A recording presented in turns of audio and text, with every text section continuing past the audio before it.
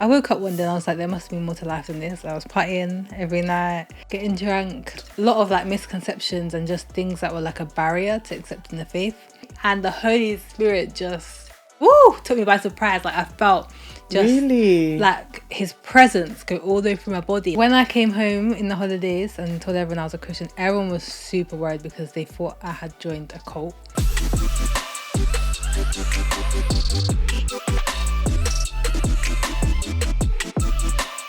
Welcome back to the Come See podcast. It's me, Dami Okeke, and I'm your host.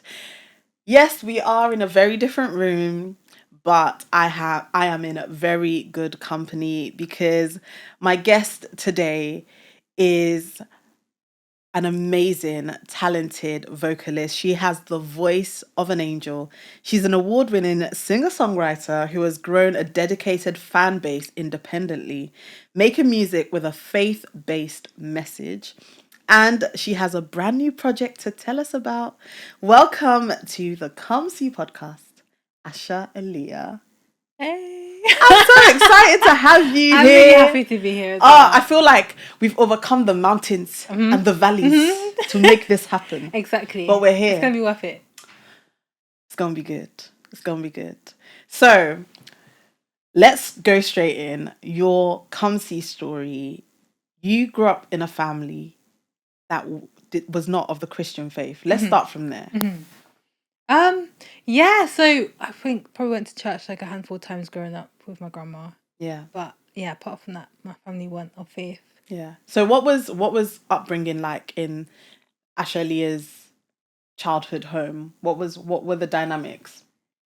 So I didn't really get to know my dad until I was like 16 maybe.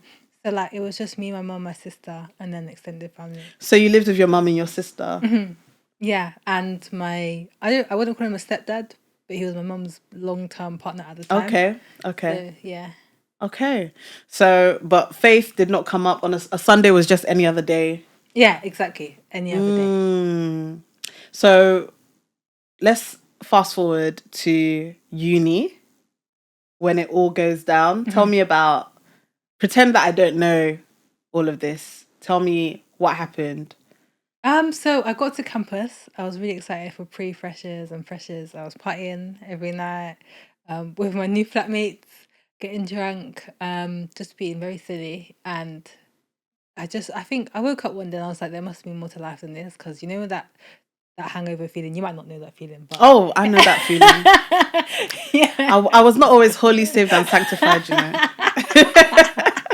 I was having one of those mornings and I was like, there has to be more to life than this. And then the people that I kept meeting just around campus and stuff, they just happened to be like Christians. And I remember some people, I don't know if you know the church First Love. Yeah. Dragged me to their church, yeah. And I thought, dragged. No shade, First Love. No shade. No, but it was good. It was good exposure to the church. And then I started going to like their study groups and like meeting loads of Christians and going to a Christian union. And it just so happened like everyone that I met that was Christian, they just seemed so like put together, like their life was just on a different plane to everyone else. And that kind of drew me in. And then some people from my uni's Christian union that brought me to church, and I ended up giving my life to Christ. So. Do you remember the day, the hour, the minute when that happened, or was it a gradual as you encountered, the church, as you encountered Christians, it happened? Or can you say, okay, no, it was when I went to this particular service, this happened, and then I was like, you know what, Jesus, I belong to you? I would say it's a mix of both, because I had that moment, but before that there was a whole like few weeks of like debating and doing Tell research. Tell me about it. What happened? A lot of like misconceptions and just things that were like a barrier to accepting the faith. Like questions like, oh, like hasn't the Bible been changed time and time again? Things like that. So I had to kind of debate those things out. Then I realized that it's actually quite logical in a way, even though the Bible says that the things of the faith are foolishness. There's also the logical side of it of we haven't just ended up here by chance. Like it's just so unlikely. So after those debates, my heart was so open that when I did go to a different church, I got saved and redeemed. So yeah, shout out to RCCG. We're shouting out all the churches today. All the churches. So by the time I'd done all that debating, I went to RCCG and the Holy Spirit just took me by surprise. Like I felt just Really? like his presence go all the way through my body. Like it was like a warmth, like a warm sensation. Wow. And the only thing that I can describe it as, it felt like liquid warmth going Wow. through me, like love. Yeah, liquid Acceptance. love. Yeah, exactly. It just felt Yeah. like that revelation hit me of how loved I am. Yeah. So from there, that's like, okay, I'm a Christian now. Yeah. Wow. That's amazing. So you wrestled with those questions. Somebody was willing to entertain those questions. And I think it's something for us to remember, for those who are Christians who watch this podcast. We shouldn't be so great defenders of the faith that we are offended by people's questions, because actually, like Asha's testimony, God is not intimidated by our questions. And if we can ask, he's willing to actually address them, answer them. He's willing to, demystify all the, the stereotypes that are associated with Christianity and being a Christian in order for us to, like you were saying, Asha, encounter his love. It's true. So it's just an encouragement that we shouldn't be so intimidated or offended when people ask these questions about the Christian faith, because at least they're asking, and our God is not threatened by that, because he's the way, the truth, and the life. He can handle a few, questions. So you were at the Redeemed, a service at a Redeemed Christian Church of God service. You encounter the Holy Spirit for the first time. You're like, nah, I'm sold. Definitely, I'm a Christian. What happens next? So the person that brought me to church was someone I was dating at the time. You know what? Yeah, God has a sense of humor. Because the amount of times people be telling me, there was a guy I liked, like my own story. There was a guy I liked who said I should come to his church. Yeah, exactly. And I think it's not always like not messy. Like sometimes it's messy. It's messy. Because even the person that was debating with me, that gave me the time, it's so silly. But I found out afterwards that they had a crush at me at the time as well. Oh wow! So like it was very silly, but God used the silliness to get me saved. Wow, that's so funny. So I was dating that person, but they weren't really a Christian. They just wanted me to get saved. Look at you, the new Christian, now analyzing. It took me a while to realize, but your faith, the fruit, your works. Exactly. It's not matching the words. It wasn't matching at all. So they end up telling me that they only wanted me to become a Christian so that I would be accepted by their parents, because they came from quite like a strict Nigerian home. Wow. So I was wrestling in that relationship for a while, because it's like I'm a new Christian and I'm with someone that clearly is not interested in the gospel. Wow. They're just like, what a dynamic. What a dilemma. Piano, like, what a dilemma. Yeah. Was he a PK playing the piano? I think, yeah, he was a PK, I think, yeah. The audacity. Oh my goodness. So, isn't it funny? So despite this person having ulterior motives, God still drew you to himself. Yeah. In such a messy scenario. Yeah. I'm so grateful. So I'm guessing you were like, this isn't gonna work. I thought I was gonna marry this person. I was so stupid. I think I was 18 at the time. I literally thought, we end up getting married, but praise God that didn't happen. So I'm bewildered. Okay, so you move on from this relationship that didn't work. How did you not become disillusioned? Like after that, like what do you mean? How did you not feel like, wait, is this what is coming up now? Christians that are not really Christians, like, or did you feel like, he's just a one-off? I think because I had made friends with people Others. in the Christian Union and others, I had such a good example of other people that were like serious about their faith, and they really discipled me. So yeah. Discipleship is so important because just like even that example with that the guy that you were seeing at the time, it's one thing to carry a label of being a Christian, it's another thing to live it out. and it's very difficult to live it out without being discipled. Yeah. It's very difficult to live it out without having somebody journeying with you and holding you accountable, challenging Exactly. you, 100%. calling you to account, to give account to some of your, your choices. So by reason of having heard some of your testimony before, you shared that your family were a bit worried. Tell me about that when they found out that you'd become a Christian. Yeah, so when I came home in the holidays and told everyone I was a Christian, everyone was super worried because they thought I had joined a cult. They were like, Yeah. you've become a what? All they knew is I was completely different. Like my whole essence was different, and they were like, "Who is this person?" They're really worried, obviously, because they're not around me because I'm in a whole different city. So there was a whole like not uproar, but the family meetings were very dramatic. People were busting into tears. You know what I mean? Like, What? yeah, That you were a Christian? because they were just like, what is going on? Like, why are you this different? Wow. Okay, I'm going to ask in the hope that they now see that it was the best thing for you. Yeah. So now it's crazy because my mum and sister have now found like their own churches. They're not saying that they're Christians. So like, Wow. like God has done so much in my family. So Oh my yeah, I'm really goodness. grateful. I can't believe your family was crying to hear that you were Christian. Wow.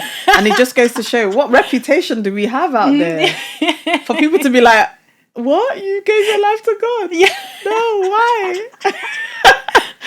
Oh my goodness. Okay, so you're developing as a child of God, you're being discipled. How does music come into this? After a few years, or after 2 years of being a Christian, my whole music taste had changed. What were you listening to before? I was listening to like Kendrick, Drake, Kanye, Wow. Janae. Yeah, Okay. those type of artists, yeah. And I just, for me, there was some music out there like I would listen to like praise and worship, but there wasn't that contemporary music that I was used to listening to, like the type of music I was used to listening to. So I was really frustrated with God, and I just because I Explain was that just to like, me. Explain that to me. where's the options? Like, come on, like, where's the vibes? Like, I want to vibe like I used to vibe. And I just kept complaining. And then one day I just felt like God kind of prompted me and said, like, okay, why don't you make it then? And I was just like, yeah, but I don't know how to sing. I don't know how Just to a make small, music. a minor detail. Exactly. But like I'm so grateful that I had loads of friends that were musicians. Okay. So I asked my friend James to help me, and he Shout out, James. shout out James. I wouldn't be here today without him. He produced a song for me in his uni room, and then he Wow. helped me to sing it. Like he Taught you how to hold a tune. exactly. He went through it meticulously. Yeah. Wow. So after you had that first recording session and the song was put together, why didn't you just think, okay, that was a nice hobby, back to whatever it is I'm supposed to be doing? Why did you lean into that more? How did you get that confirmation that, nah, Asha, you've got something here? So I put the song out, and I just felt like everyone was gassing it. Like everyone was just like, nah, hyping the song. Yeah. You were like, yeah, okay. And like for a first song, that was the first song I ever wrote and put on Spotify and stuff, and it's now over 1 million streams. Wow. So like, What song was that? it was called Serve. Okay, So self. Serve. Yeah. So Okay. it's a very simple song, but like to me that was like, nah, this defo shows This is not a blip. if people are wanting more, then let me just give people more. Give them what they want. Yeah, exactly. Okay. So did you have, let's talk about like the spiritual aspect of this. Did you ask God, like, is this what you want me to do? Were you just going with the flow, or was it like, did you start to feel like this is an assignment or anything like that? I think I felt like there was clearly a need. Yeah. And also I felt like the fact that people were really feeling it was confirmation. Yeah. Like I felt like The response. yeah, God kind of opened the door. Yeah. But the energy I was getting from people was just like, okay, we actually need this. So to me it was like, if I'm loving people, then I'm providing this material, this content for them. Yeah. This type of music for them. That's amazing. So what were the next steps for you after you decided that, yep, I'm gonna continue to serve people in this way? What did you do next? Um, I got a job. I moved back to London. This Yeah. was after uni, and I really tried to like get better at singing because it was a deep insecurity of mine. Because you Wow. know how gospel singers are Yeah, like incredible. doing ad libs, Exactly. I riffs. couldn't stay in key, and people were asking me to come and sing in their churches. I couldn't stay in key. Do you know what Wow. I mean? Like I want to come, but I'm not sure you want me to come. Yeah, I went. I embarrassed myself, but like, Oh wow. yeah, it was a lot. So I had to like battle through all that stuff. So did you have to get vocals training, or what did you I couldn't do? afford that. Practicing? I tried to practice. And yeah, I'd say I'm still on that journey today. So Yeah. yeah. What makes you feel like, I love your transparency, by the way, because actually for a singer to say that, it's not something a Yeah. lot of singers are like, no, I've been singing since I was in my mother's womb. So for you to come out, and say that, I value that your transparency. But then my question to you is, there must be something in you that gives you that confidence that you're doing what you're supposed to be doing, despite having to still develop your skills. And what is that? It's like when I've asked God so many times, like, is there anything else you want me to do? Because like I'm really done. And every time I just know that He wants me to keep going with this. Wow. But I think having the values of wanting to embrace my comfort zone and knowing the value of failing has really helped me through the years, because I haven't seen failing as like a reason to step back, but more so like the more I fail, the more likely I am to succeed in the end anyway. Because Wow. the people who fail the most are actually Are the the ones people, who end up yeah, succeeding. exactly. So So what kind of attitude do you have towards failure now then? I'm intrigued by that. When something doesn't work, what does Asha do? when it doesn't work, I'll cringe. You'll be like, Yeah. oh. I'll You go and definitely hide cringe, for a yeah. little while, hibernate. I mean, especially because like growing up, I had the biggest stage fright. Like I couldn't even imagine myself on stage. Like I was so Wow, you were scared. shy. Yeah, and like now that I've gone on stage and failed and done things that I never thought I would ever have to go through, it's just like, okay, that's happened now. Now the next time I go on, I'm not going to be afraid of that because I know I didn't The die. Wesses. Yeah. Yeah.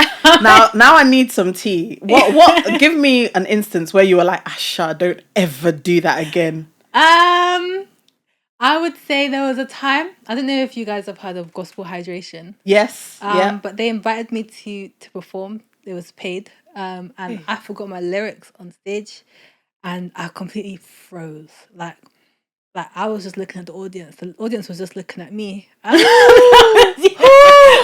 It was so bad.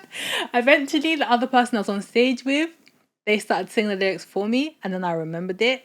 But before that, it felt like an eternity just looking at people. Just bare white noise. Oh Yeah. my goodness.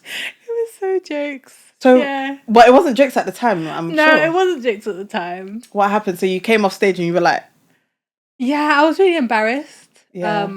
But at the same time, And then Asha, something in you have this resilience. You were like, yeah, we're going again. yeah, because now it's just like, okay, that's happened That's now. happened. Like, That's not going to happen again. Yeah, I'm going to learn my lyrics. Exactly. Yeah. Exactly. Yeah, I think that's called failing forward. I've heard a lot of people using that term. And failing forward is basically, don't quote me, but what I've seen from afar is that it's not the absence of failure, but it's about progressing. Even as you fail, you're progressing. Exactly. So, rather than, that instance happening and then you kind of retreating and be like, I'm never going on the stage again. That is a failure. Exactly. And that's where the story ends. Yeah. You're like, no, I'm finna go again. Yeah. I'm going to get paid again. But this time, this is the failing forward now. Yeah. I'm going to learn my lyrics. Exactly. Yeah. And make sure that the person who's backing me knows my lyrics as well. So if I'm silent, just come in, do it, That's amazing. So Tell me then about your music projects, because this is something that I really want to hear about. The You're very excited about album. it. Tell me about the album. Yeah. Wow. So I would say the main themes of the album are like grappling with purpose and trusting Mm, God, mm, friendship breakups, and mm. falling in love. Yeah. Oh, and we're going to talk about love Yeah. because you got married last year. Yeah, November. Thank Congratulations. you. What's married life like? Married life, I don't think I expected, like, I didn't go in with any expectations, but Mm. it's just so beautiful being with the person you love and your best friend and waking up next to them and being able to Oh, hug and everything. It's just oh. the freedom, like, especially after, like, being like a Christian couple where there's a lot of restrictions. Yeah. When you get married, it's just like, wow, like, we actually get to journey for life now, like. You get So, to do the do and just yeah, be. yeah. But what would you say marriage is like? Because you have a lot more Yeah. experience I in the mean, game. okay, I've been married for 8 years, but I think one of the scriptures that really I gained a new perspective of it after getting married was where it says that Adam and Eve were naked and they were not ashamed. And I feel like every Christian marriage should aspire to get to that place where you can be not just physically naked, that's good too, but where you can be transparent, vulnerable with your life partner and not be ashamed. I feel like to me that is one of the most rewarding aspects of marriage. So when you talk about being able to journey through life with somebody, it's such a gift. Yeah. It's not all, butterflies and roses, by the way. It's hard work. Yeah. Tell Yeah. the Yeah. people. Yeah. You're newlywed. Are you still on Yeah. your honeymoon high, or have you come down a bit? I think we're both like, I feel like we can have a challenge and then the next day honeymoon You're high back up. again. Yeah. Good, So good, good. I don't know what you'd call that, but Life. yeah. I think that's the reality of marriage. Yeah. It's not roses every day.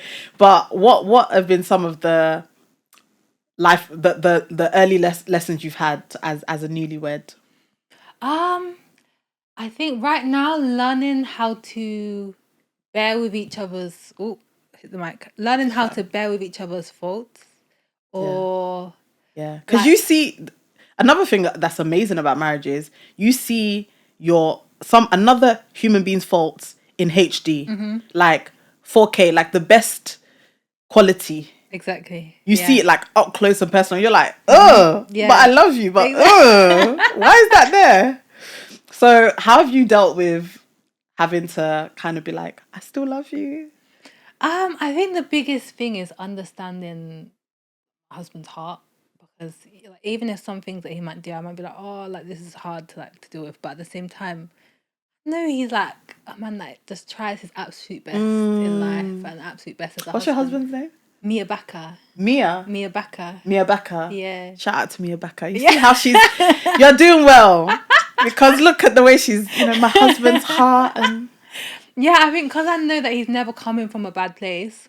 He's such a reasonable person. Like, I can identify with that. Like, yeah. my husband is also a gentleman. Like, he's strong-willed, but when you remember who your man is, you're like, no, but he's a good guy. Yeah, exactly. He's actually all right. Yeah, have to appreciate. Definitely. Yeah. So that's helped not like villainize. How do you Vinilize, say that? yeah. You got it. You got it. Vinilize him. Yeah, because sometimes it's easy to be like, oh, this person like he's bad. Yeah. Yeah. So yeah, that's what I would say. Cool. We were talking about your music. Sorry, I got carried away talking about marriage. Right. So, you talk about love, you talk about, friendship breakups. What can people expect? What are you excited for people to hear? Oh, I think all the songs, but I wrote a song that was like kind of hard to write. It was the friendship breakup one. It was about someone that I had been best friends with since I was like 14. Wow. And then like we stopped being friends last year. But okay, now I need to ask, how does that even happen? As a Christian?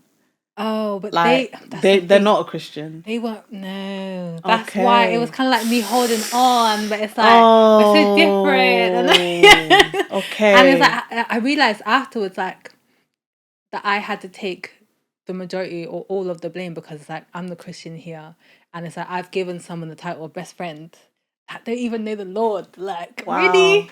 So do you feel like it was an unequal yoking? Oh yeah, definitely. Yeah, Wow. 100%. Tell me about that, because there are people who will be like, no, like my best friend is not a Christian and we vibe, we're cool, we get on, and fair play to them. It is possible to have really good friends. I have friends who are not Christians and we've been friends for years. Yeah.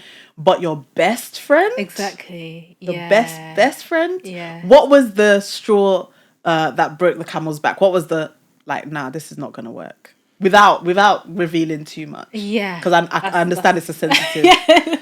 I think when I was getting married and preparing for the wedding, obviously that person was my best friend. So I gave them the maid of honor. Yeah. Oh, I can see it now. Oh. And like maid of honor comes with a lot of things. It comes with like helping with family drama and stuff like that. Yeah. And the spiritual responsibility. Who's interceding? Who's praying? Exactly. So it came to like sorting family dramas out, and I realized, wait, this person's actually making the dramas. This person's like, oh, and then what happened? Okay. Okay, I feel you. I understand. And then, and like, I think for me, it was my fault because I tried to I keep hitting this mic, but I tried to have a best friendship where it didn't make sense because I'm also trying to put the boundary in of not being influenced by this person because they're not Christian. Wow. And so it became very unfair on that person because it's like the mixed signals. Do you get what I mean? Yeah. So I can really feel for it. But I'm just, in the end, in the song, I'm just talking about how you can think something, because in the end, I end up getting ghosted. Ooh. She gave you silence. Exactly, silence. So it was like, I was processing those feelings. Yeah. But also realizing like it was really my fault. Yeah. But I knew better. God had been speaking to me about this for ages. Yeah. And I didn't want to cut it off because then it was like we've been friends, like talking every day since we were 14. Yeah. So yeah. To go from that to, I mean, now you've got a new best friend anyway. Your husband now. Yeah. I wasn't sure what you meant. You see, did you see what she did? Of course. Yeah, exactly. Yeah, but I feel like, especially in the song, I'm talking about how that space is now open for me to ask, like, allow God to direct the right people into my life for the right season and not just hold on just because I've had how many years with someone. So yeah. Absolutely. Because we can idolize those relationships. 100%. We can be like, oh, this is my ride or die.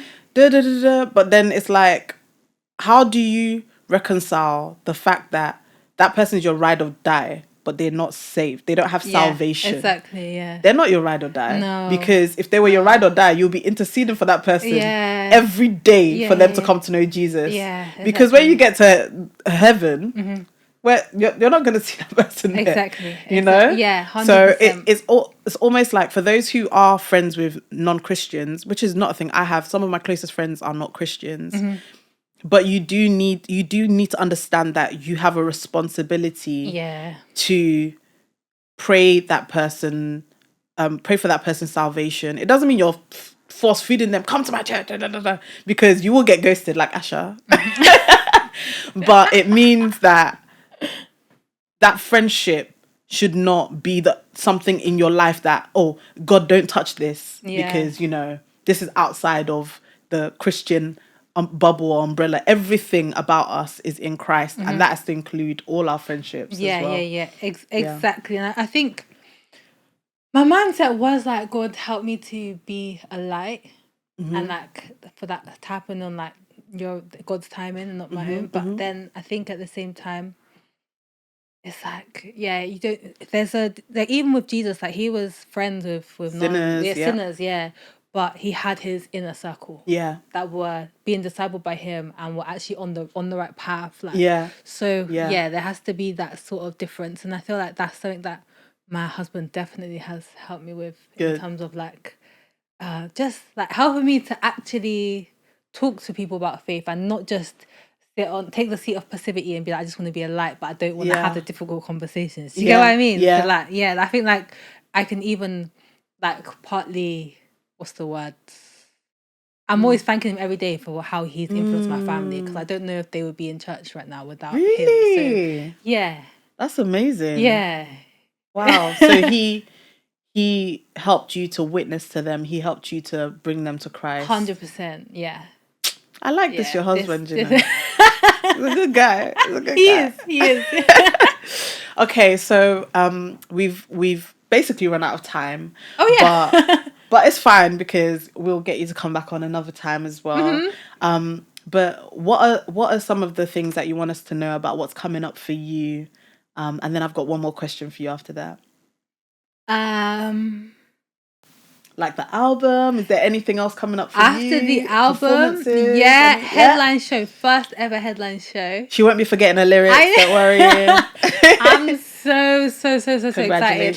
Like it's been a long time coming. Like I should have done this years ago. So where's it gonna be? It's gonna be in, is it East London or North London? I don't know. I'll put the details in the description box. Oh, it's N22, so that's North London. Yeah, that's North London. Yeah. Cool. Amazing. So I'll put the details in the description box. Hopefully by then we'll be able to share we'll go all details. out for this one. Yeah? So, amazing. And then my final question to you is, what would you say to somebody who is who is not a Christian, but is struggling with those questions that you once struggled with? What would be your invitation to them?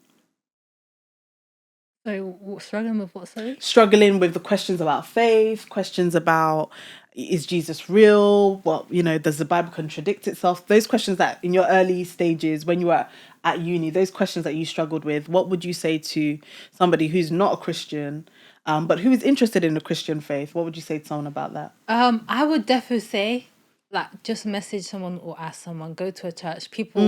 People want to talk about this stuff. Like, I know people that can talk about this for days and days and days. If you want to, you can message me on Instagram as well. I'll be happy to talk about it. Oh, you got open invitation. Yeah, exactly. So just have conversations, just talk, like ask questions. It's not the kind of faith where you have to just believe everything you've been told. Like, we're allowed to hash things out with God, and our relationship with God gets stronger when we actually bring our doubts to Him. So yeah, amazing. Asha Elia, thank you so much for coming on the Come See podcast. It's been fun. It's been good. Yeah, it's been but really we're gonna get you back maybe after the headline concert. Oh yeah, that'd be good. 100%. That'd be fun.